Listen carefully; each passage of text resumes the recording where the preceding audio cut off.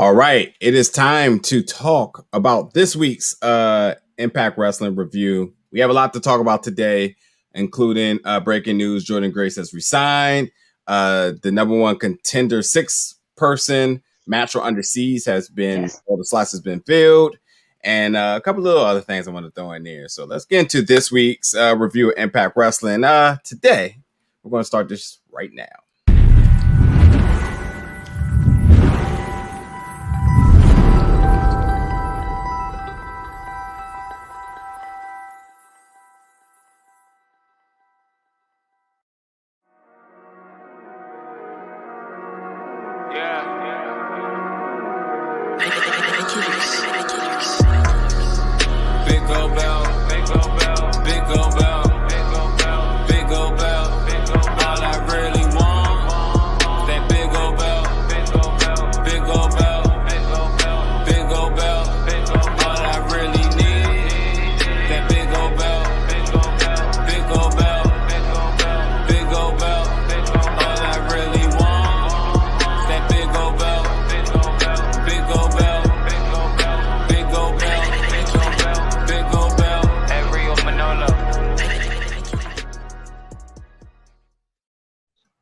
What's up, folks? It's Najir alongside of Miranda Morales of TheChairShot.com, and we are here to give you this week's review of Impact Wrestling on Access TV, and essentially this week's hottest topic, which we are going to discuss.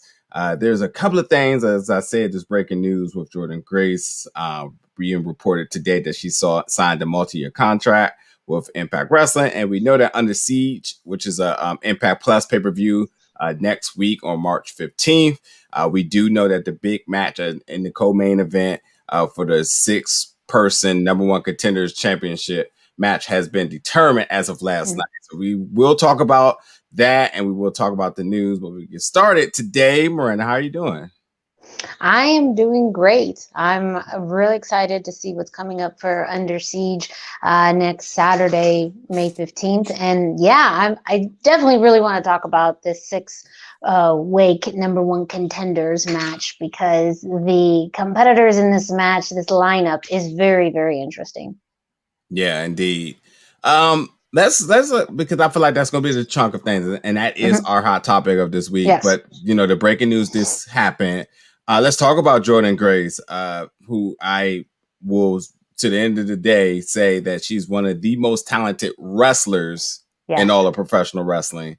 Her staying put, which I didn't even know her contract was even coming up, or maybe it's just it says a new contract. So, I don't know if it's an extension or whatnot. The verbiage is kind of vague there, but she has signed a new multi-year contract.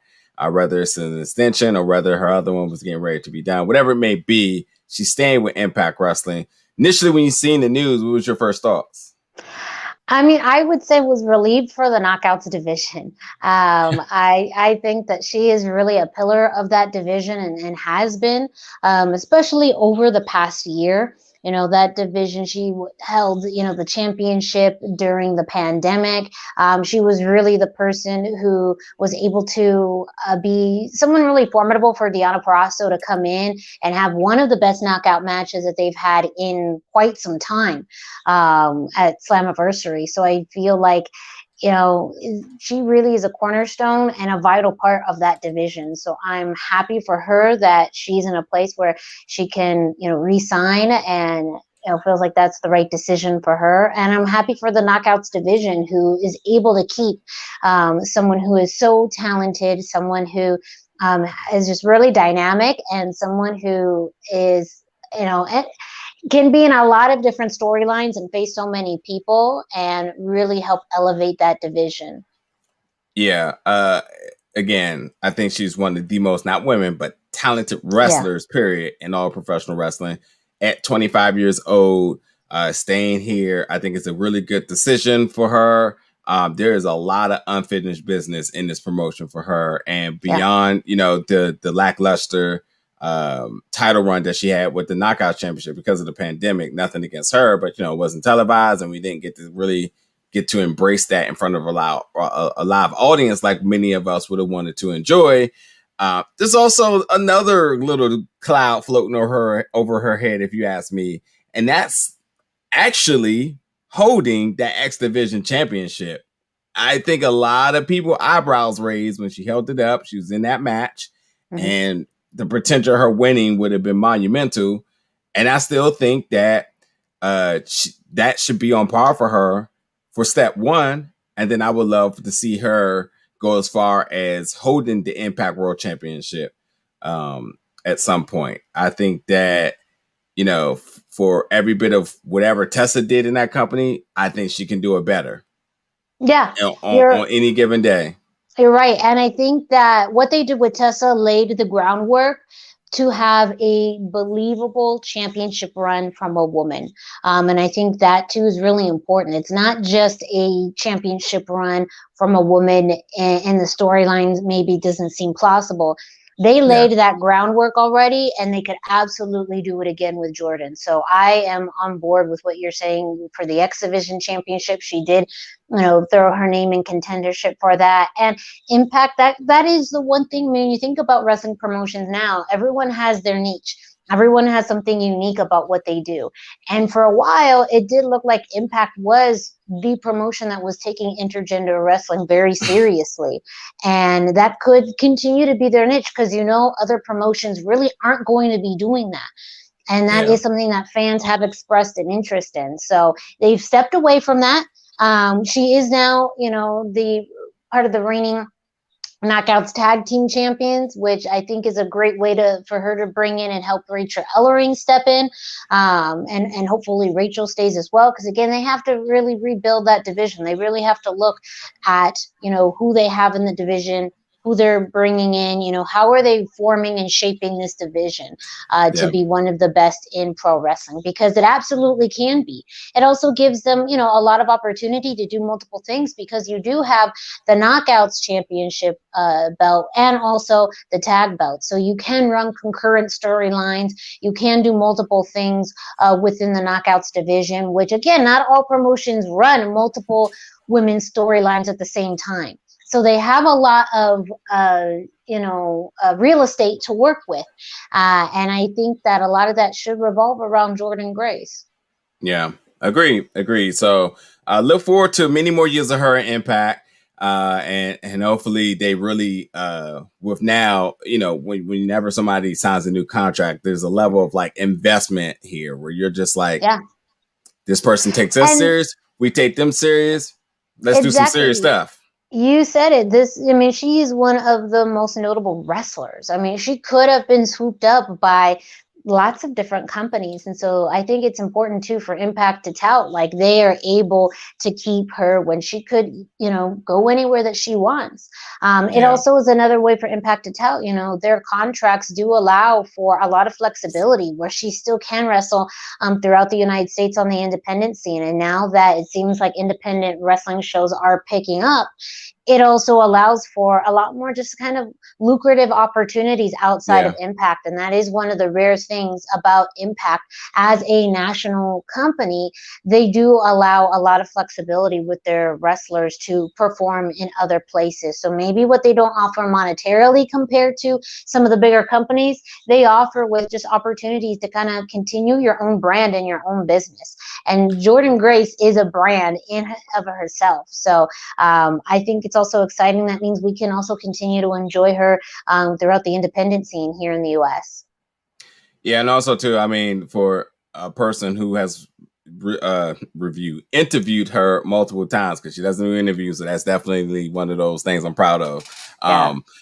She has been adamant since day one that her goal in wrestling was not WWE. That's what most people said, that they want to wrestle to get to WWE, and that's been her goal, and thus it continues to show that she is a woman of her word, that that's not her ultimate, say all be all. And she's making her own way and doing something. She's happy. And maybe one day she does end up in WWE. But as of right now, she's doing it the way she wants to do it. She's happy with doing it. And her future, wherever she goes, is going to be bright. And again, we're talking about 25 years old. And I know there are other people who are very young.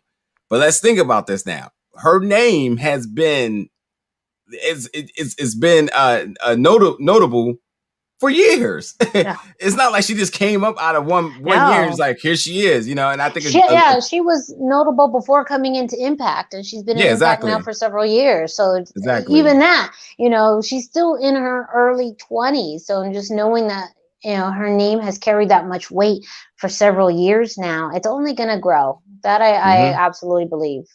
Yep. So yeah, let's get to one of the co-main events for Under Siege, which is going to be on Impact Plus March 15th. We now know that Kenny Omega now knows the field of possibilities of who will be the number one contender for his championship.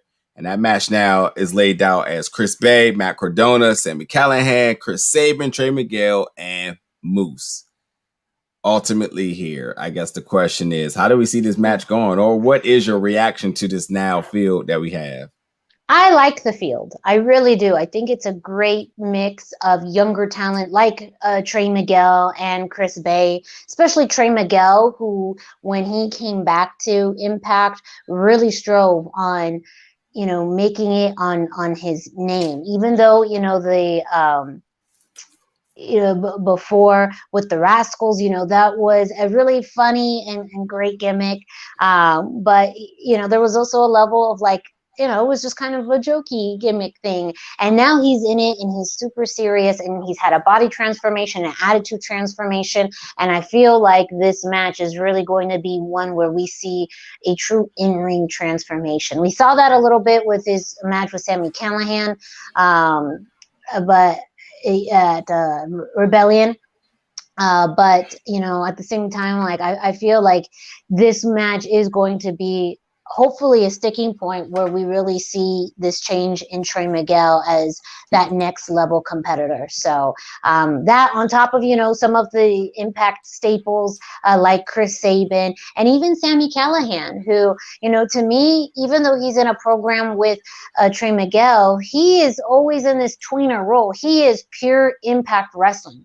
So there is also a part of me that's kind of rooting for Sami, because if I'm looking at who is, you know, out of everyone in that match, who is pure Impact, someone who has fought and bled for that championship and wants to get an opportunity for it, I'm really looking at Sami Callihan. And I think he can do things in the ring, not only just his wrestling ability, but just his raw aggression.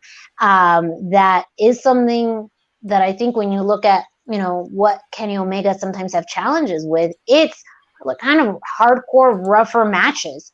And Sami Callihan can bring that to the table. So it makes it very interesting for me and almost makes me root for Sami Callihan, that if you were looking for a representative of Impact Wrestling, it's Sami. But also Moose in here, I mean, I think that is almost the wild card, even though Moose has been the one who's had this line drive for the titles. He is very much a wild card factor. And I think that they're setting that up on Impact Weekly, where even this week he had a conversation with Don Callis, and maybe Don's intention was for Moose not to be in this match.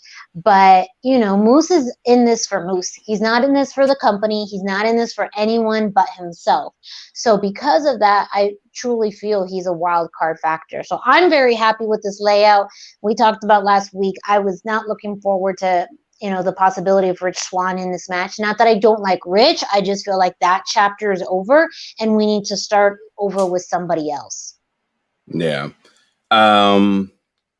Moose, interestingly enough, that you brought up last, he did tweet out yesterday that his goal is to win the Impact Championship before his contract is up in June.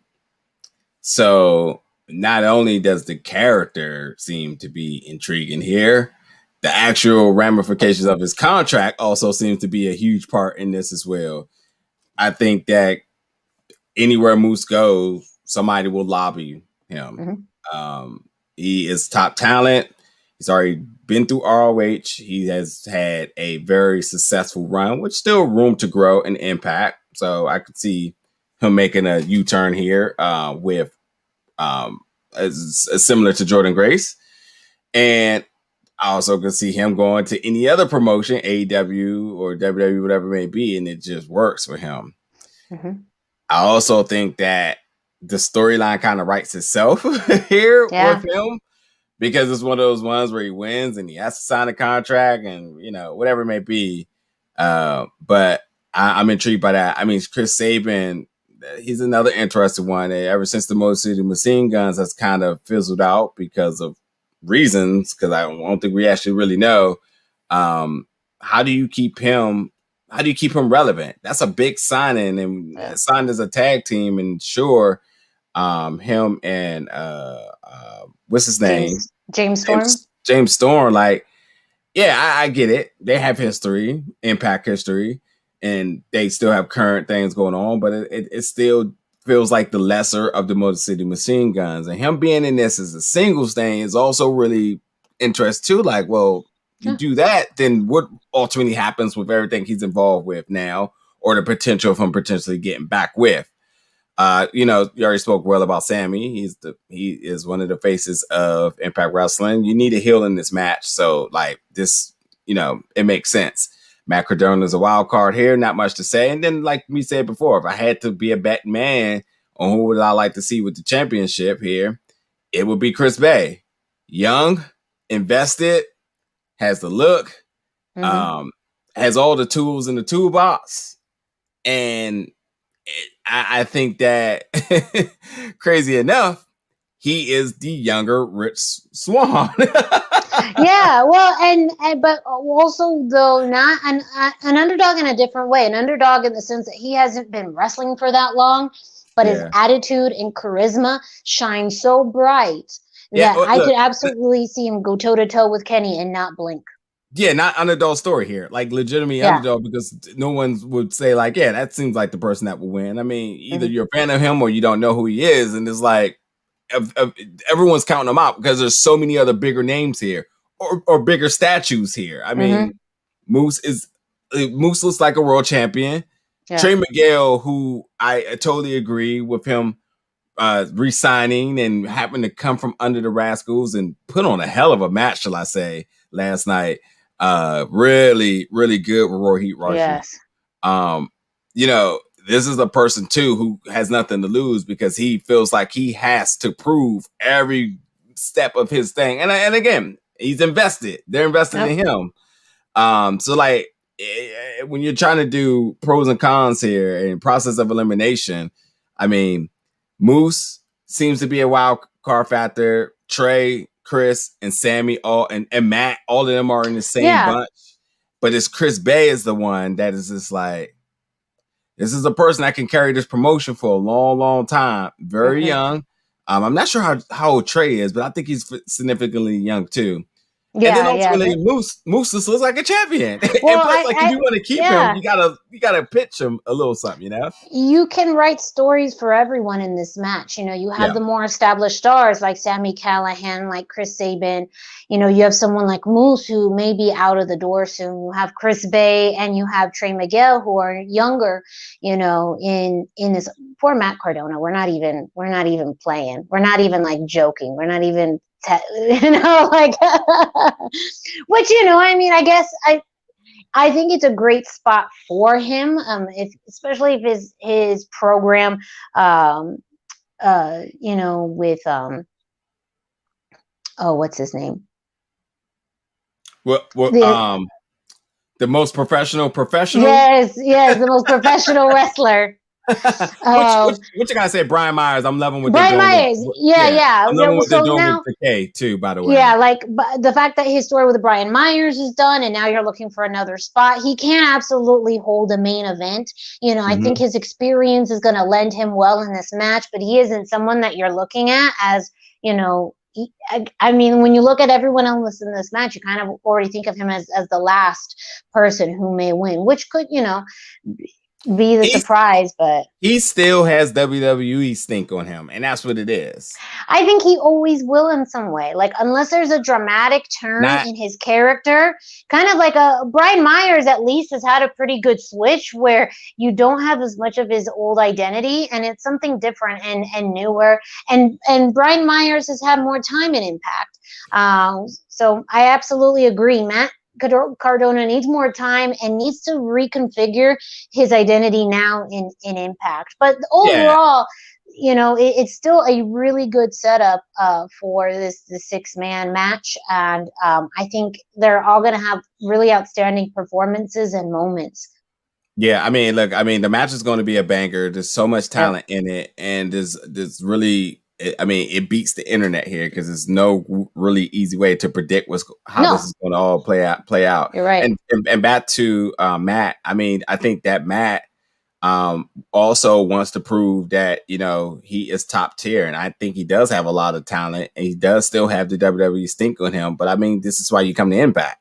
Yeah. Not because like this is like some third world or anything, but no, this is exactly what I said about people like Drew McIntyre. It's like you have to leave sometimes. Bobby Lashley, sometimes you have to leave to go out there, redefine yourself, to figure out who you are, to come back to be your better self. And like to come back is, if that is to be WWE, or is that to just really come into your own wherever it may be, he'll be fine. He'll be fine. He still wants to do it. I mean, I like, to be honest, like, I feel like he has so many different revenues and other ventures he could really be monopolizing on as well, too, that he came back to wrestling because I think he's truly passionate about this. And, we've seen him at his brightest moments, and it's not like he's been the slack now, but looking at this field of names, it's not the first thing that you're like, it needs to be him. And I don't think it needs to be him, but I do think he needs us to think it should be him. Yes, exactly. Such a good point. And that's kind of the hard thing too about sometimes these Impact Plus events that are so quick after a pay-per-view. So there hasn't been a whole lot of build-up. But maybe he could state his case in the ring, and that's what we continue to see him do. Throughout the next few months is, he does the work in the ring, he gets noticed, and then he continues to build up and have some great matches and hopefully some good matchups and programs with other people on the roster. But also to mention what you're saying with Decay, I'm definitely digging this Decay 2.0. Black Taurus is just a phenomenal addition. Just not only what his size, but his agility.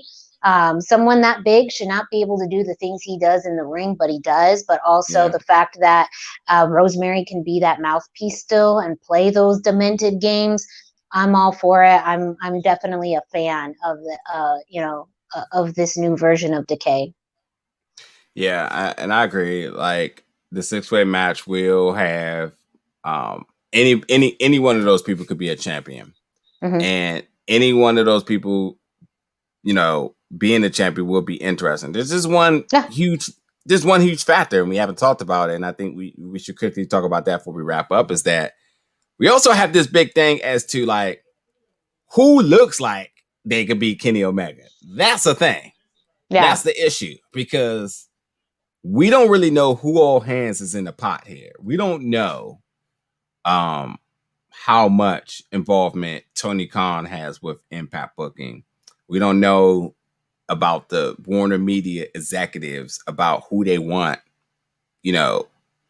coming or being on their product with that champion or in contention with that champion. We don't know these type of things of like who it may be. We can speculate. A lot of us are probably dancing around the right campfire here, but at the end of the day, it has to be somebody that looks like they could beat him. And when I say look, it's because like they're building him up to be, this mega tyrant that essentially, we make the Thanos references all the time, but it's not just beyond who's a good wrestler, who can put on a good match. It also is the presentation as to who should it be, who is the world going to accept to have beaten him. And that's such a good point, because I mentioned earlier, as far as a styles clash, Sami Callihan would be interesting, just because of his more hardcore and brawler style compared to kind of more the athletic and speed of Kenny Omega. It's because it follows a similar path as Jon Moxley. Yes, exactly. But so when you think about... I was going to say, because we seem to be, we're comfortable with that because we've seen him beat him. So we know like that is a solution here. But then when you start going down the line of other people, it's like, who's a bigger name? Who's a bigger gimmick? Who's more popular? who is what that exceeds him. And at the end of the day, it's like in sports, you say the Lakers have LeBron, so they're coming out of the West. Who on the East has a team that looks like they can beat the Lakers just because of star power? Well, the Brooklyn Nets, because they got Kevin Durant. So you automatically think like that's a team that can do it. And I don't care how good your team could be when you have the Spurs of the world, who are like at a time was one of the most cohesive unit in basketball, and they won championship. No one ever in the Pacers, not the Pacers, the Detroit, well, I can't think of no teams right now. Pistons, thank you. Teams who are just really good, solid teams that no one really gave them a chance because they didn't have that X factor. They were just a good team. And I think the equivalent here is that you have people, Trey, who has all the tools in the toolbox, Chris Bay, who has all the tools and has huge star power on his back. But it's like, well, who is that person that even is in that same ramification field atmosphere as Kenny Omega? And that's the thing. Yeah. Well, and we've talked about it. I was going to jump the other person as far as looks is really Moose. And that was something that we talked about even to the buildup for this, is that when you think about size, Moose is the much considerably larger size. And I also think that, his character and tone is very different and unique. And, you think, and also a difference in styles too, because of the fact that Moose is a power guy, like whatever he may not have in speed, he has in power and strength. And I think he would be able to use that really, really well in a match. So you do think about everyone in that match and you think visually who can match up. Now, maybe not star power, but I think that could come after the fact. Okay. But I think size matchup and something that's a very interesting story to tell would absolutely be Moose. Let's do this very simple to wrap up today's show. Who has more close or similar star power to Kenny Omega in this match? And again, we got Chris Bay, Matt Cardona, Sami Callihan, Chris Sabin, Trey Miguel, and Moose. Who star power? Who sniffs? Who sniffs in that territory? That's so hard. It really is. Because honestly, none of them. As far as star power specifically. You have to pick one. Everyone needs an answer. One person that, and there's no right answer, but like one person. Oh, man. This is so hard because I'm in between my two. I'm in between my two people, and it's very, very hard. I'm gonna go with Sami. I'm gonna say Sami, out of everyone, is the biggest star in this match. Cool. Mine's is Matt Cardona, ex-WWE guy. It's just what it is. Very fair. Very fair. Who has the technical, I would say technical, just overall wrestling ability to contend in this match? You know what? I'm going Trey Miguel. Like I really do feel, like you said, all the tools in the toolbox, like he is the one. He has the speed and agility. He has kind of the quickness, the innovation as well. And really just that heart, the guts to come in here and almost like with nothing to lose. He really has nothing to lose in this match and everything to gain. So I feel like all of those factors combined puts him in such a good place. Yeah, I'm going to go with Chris Sabin here. When you talk about some of the best wrestlers in all of the world, Daniel Bryan name instantly jumps up to the top. Chris Sabin has to be in that conversation. Yep. He's just that good for that long. Now, big match here. Who can step up to the occasion for this big match? Who will put on the show? Because this is not a given. We've seen Rich Swann blow a flat. So who can do this? As far as who can do it, Chris Bay. Chris Bay could absolutely come to this and knock it out of the park, not only with just, his wrestling ability, but just the showmanship. He's very much, I'm seeing him channel Shawn Michaels a bit lately. Yeah. And you know what he's doing. Yeah, I'm completely digging it. So who could come up to bat and hit it out of the park? I absolutely believe Chris Bay. Yeah, Chris Bay is my easy one, but 1B and C is Trey and Moose. We've seen flashes Yes. of Moose in that Yep. 6-way, and Trey, based on these last 3 matches. That match last night was such a banger that, and I think that, you know, it's always the idea too of like who can work with Kenny, because you got to work with the person. Yep. It's a dance. It's a salsa. You gotta bear the flow with them. And I think that if I had to be very safe on a 1-on-1 in that big match, by all means, it's Chris Bay. By all means, I think he would not be in his head, and he would go out there and do his thing. Okay. So final question then: who should win this #1 contenders match?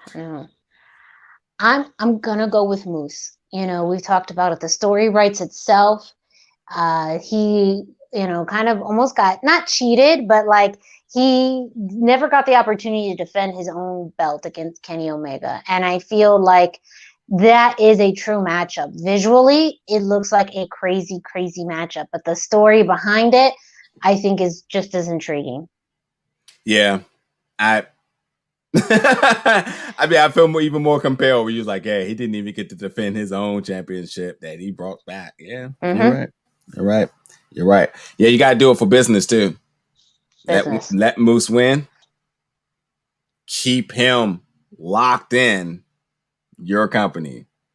Make it make sense. And I think that Moose winning this and putting on a good show with Kenny Omega, I think that will absolutely, to the next T, open up the eyes of the AEW guys and probably initiate this partnership.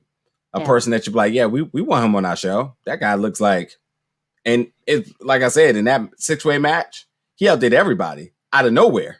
He wasn't even supposed to be in that match, and he came in there and cooked it up. So I don't know. And I'm Moose every second. He's working out with his WWE friends, and you know that NXT would love it. Man, that's a game changer in NXT. I mean, like, and you have to think. You just don't. I don't care. I don't care if you feel like you have younger talent or a potential future. You don't let Aaron Rodgers leave out of your team. You keep him there. And I'm not saying I called him Kevin Durant in my podcast last night because they're both from the DMV. And when Kevin Durant hit the free agency, everybody was trying to throw coins at him. Moose hits the free agency, everybody's going to open up their purses. People are going to make a play for this guy. Well, yeah, you do not let him get there. You do not let him get to that point. We saw Tom Brady leave the Patriots, and then who's Super Bowl champions this year? And you just never know. You just never know. That. And that, you know, we joked about like not being a realm of possibility, but damn it, they did it. And I could see that happening with anyone who gets Moose. They grab them. They're going to be in a very, very good position. I keep saying Drew McIntyre is the prime example here. My man was working the independents. He done worked different promotions, and he's the face of WWE now. No. One of the faces. Like, he's that guy. And somebody's like, dang, wish we would have invested just a little bit more. Wish we would have took that booking for him on the independents, man. He's just, I don't know. All right, well, here's another warning. Do not let Moose get out there and think he's just Moose and he's just anything. This guy's ex-NFL player. Talk about the tools in the shed. I mean, and he still is getting in the best shape of his life, which is ridiculous. Years of playing in the NFL, and now you're in the best shape of your life after 2-a-days and constant gaming and scrimmages and all that, and now you're in the best. Okay. So interesting. Anything else you want to talk about today before we wrap up? No, I mean, it's going to be very interesting to see what next week's show is going to be looking like. It's the go home before Under Siege. And I think we're going to continue to get some great news out of Impact Wrestling over the summer. I mean, after that, we're still on the road to Slammiversary. I'm sure we're going to be talking more and more about that over the next few weeks and months. But, I was really happy with this layout of the competitors for the 6-way #1 contenders match. So, we're still trucking along. I feel like Impact Wrestling still have a lot of good things underneath their belt, and it does continue to make me, eager to watch every week. Yeah, and I will say, like, I know that there are people saying that more people are watching Impact because of Kenny Omega having a championship, and I don't agree. I just feel like that people are looking at Impact as to like, well, how are you going to get yourself out of this? Mm-hmm. And much to their pedigree, they're the most resilient promotion of all time. Whenever the stakes are high or whenever they are being counted out, they kick out and they continue to go. And I think that right now this is just another example of it. So last night's show was good. I was definitely a little bit critical as to where did they go for after the Rich Swann thing. But last night they put out a banger of a show. Good matches up and down the board. Yeah. Besides one thing that was pissing me off. Which was? Every match had interference from out of the ring. I was like, are we really going to book every match the exact same way? Like, what is happening? How is this possible? And I cannot believe they did that. Every match had somebody trying to get into. So the bookers had an easy night on the writing, and that's cool. But like, hey, the wrestlers did the work, and I'm cool with that. I'm cool with that. Yeah. So anything else you want to throw in there before we jump out? No, thank you everyone for staying tuned. We of course got your coast to coast coverage here, and make sure you subscribe, you hit the notification button, so that way you get notified every time a new episode of the Impact Weekly Wrestling Review drops. And as always, Najir, just a pleasure to work with you and to talk with you about Impact Wrestling. So, and just a big thanks to everyone who watched today. You are amazing. Yeah, folks, like she said, definitely each and every week, because we still try to give you material during the lunch hours at any given point between whenever you're eating lunch, as he said, coast to coast. So there is no exact time, but if you do want to tune in live and you want to be part of the show, let us know your thoughts, then yeah, obviously subscribe, hit the notification bell when you see that we are live.